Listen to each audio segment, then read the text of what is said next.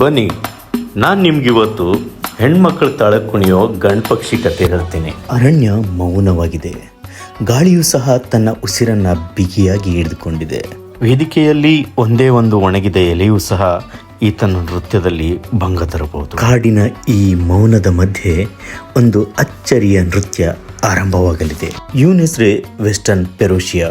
ಯುದ್ಧಕ್ಕೆ ಅಲ್ಲ, ನೃತ್ಯಕ್ಕೆ ಸಿದ್ಧನಾದ ಯೋಧ. ನಿಸರ್ಗವೇ ರೂಪಿಸಿದ ದಿ ಬೆಸ್ಟ್ ಡ್ಯಾನ್ಸರ್. ಅತ್ಯಂತ ಸಾಮಾನ್ಯವಾಗಿ ಕಾಣುವ ಈ ಪಕ್ಷಿ ನೃತ್ಯ ಮಾಡುವಾಗ ಸಂಪೂರ್ಣ ಬದಲಾಗ್ಬಿಡ್ತಾನೆ. ನೃತ್ಯ ಶುರು ಮಾಡೋದಕ್ಕೂ ಮುಂಚೆ ಆ ಹೆಣ್ಣಿಗೊಂದು ಪ್ರೀತಿಯ ಸಲಾಂ ತನ್ನ ರೆಕ್ಕೆಗಳನ್ನ ಅಗಲಿಸಿ ವೃತ್ತಾಕಾರದ ಒಂದು ವೇದಿಕೆಯನ್ನ ಸೃಷ್ಟಿಸಿಕೊಳ್ಳುತ್ತಾನೆ. ಹಸಿರು ನೀಲ ಕಣ್ಣುಗಳು ನಕ್ಷತ್ರಗಳಂತೆ ಹೊಳೆಯುತ್ತವೆ. ಹೃದಯದ ತಾಳಕ್ಕೆ ತಕ್ಕಂತೆ ಕಾಲುಗಳು ಮಿಂಚಿನಂತೆ ಚಲಿಸುತ್ತವೆ. ಪ್ರತಿ ಹೆಜ್ಜೆಯೂ ಒಂದು ಲೆಕ್ಕಾಚಾರವಾದರೆ ಪ್ರತಿ ಚಲನೆಯೂ ಒಂದು ಸವಾಲಾಗುತ್ತೆ. ಈತನ ಪಾಲಿಗೆ ಅದು ಕೇವಲ ಒಂದು ನೃತ್ಯವಲ್ಲ, ಆತನ ಅಸ್ತಿತ್ವದ ಘೋಷಣೆ. ಒಂದೇ ಒಂದು ತಪ್ಪು ಹೆಜ್ಜೆ ಅಂದರೆ ಸೋಲು. ಅದೇ ಒಂದೇ ಒಂದು ನೋಟ ಸಿಕ್ಕರೆ ಅದೇ ಆತನಿಗೆ. ಇಲ್ಲಿ ಹೆಣ್ಣು ಪಕ್ಷಿಯೇ ನ್ಯಾಯಮೂರ್ತಿ.